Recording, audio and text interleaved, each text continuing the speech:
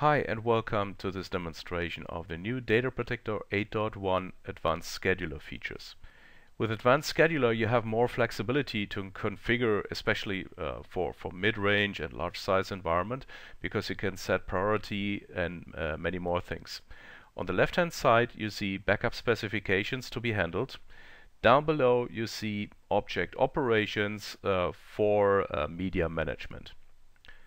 So in the backup specification field you can click a certain backup job, which is highlighted up here. You click the add button and you can set those new scheduling options.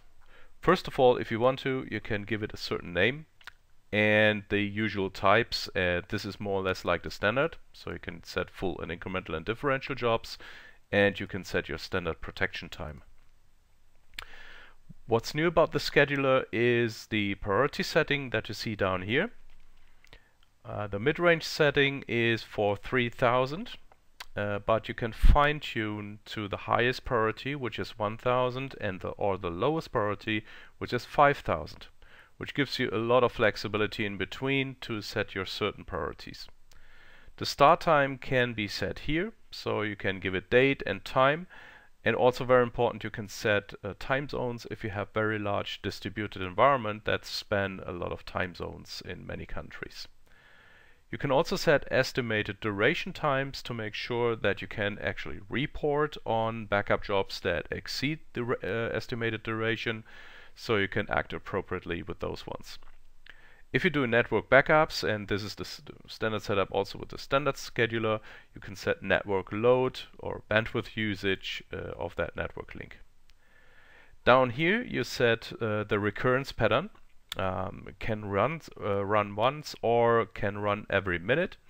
Every minute is more or less meant to be used for snapshot backups and very high-end demands.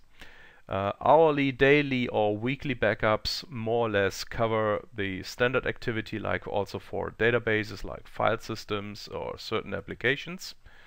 And of course you can do monthly and yearly backups if you need to have legal requirements to be covered and put away your backups for longer term retention. So let's say we do an hourly backup that starts every day, and you want to more or less like give it a time frame, like from 1 in the morning up until 2 in the morning. Down here you can set an end of recurrence, usually, and of course it is no end date, so you want to keep those backups running. But if you have certain needs to start backups only for a certain time frame, you can set here where the end date of that particular backup schedule is. So no end date would be the standard set. You save the backup scheduling in your configuration, and the overview in here, which is your calendar, will show you where those backups have been configured.